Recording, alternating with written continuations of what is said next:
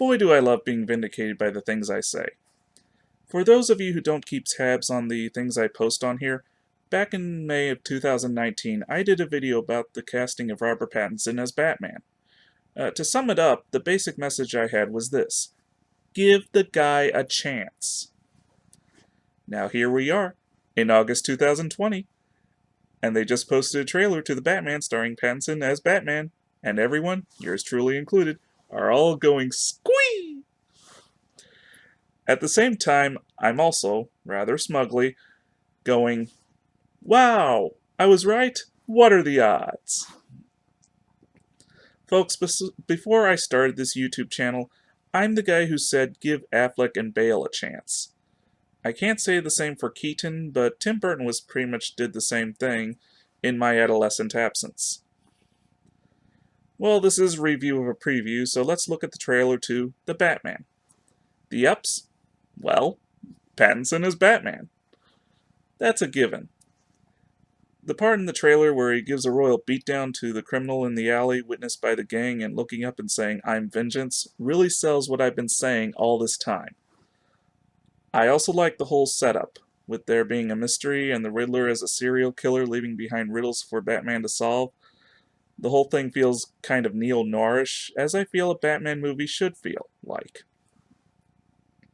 I like the riddle given in the trailer. If you are justice, please do not lie. What is the price for your blind eye? Kind of gives the impression of Heath Ledger's "Why So Serious" line from the Dark Knight advertisements. Also, might be a minor detail, but I like that when Pattinson takes off his mask, the eye makeup stays on. Now I know, in the original series of movies, this was supposed to be eyes hidden in the shadows or something like that, but let's face facts. That's eye makeup. We, the audience, know it, and they're not insulting our intelligence by trying to hide it anymore. The downs? I don't know if I'm alone here or if there's anyone who shares this thought with me, but I am growing a little weary of the realism. The gritty, the grimy, the dirty feel I get when I watch recent Batman movies. Or any other DC movie for that matter. Okay, I get it. You can make things look like what it would be like in reality. You do realize that the source material is a comic book though, right? I mean, don't get me wrong, I'm not saying that they should go all Joel Schumacher and make it a live-action cartoon that pays homage to the 60s show. What I'm saying here is, would it kill you to lighten up just a little? Also, is this part of the DCEU? I mean, is Pattinson replacing Affleck like how Mark Ruffalo replaced Edward Norton in the Hulk in the MCU? Or is this movie, like Joker, its own independent thing? I'm cool either way, but clarity.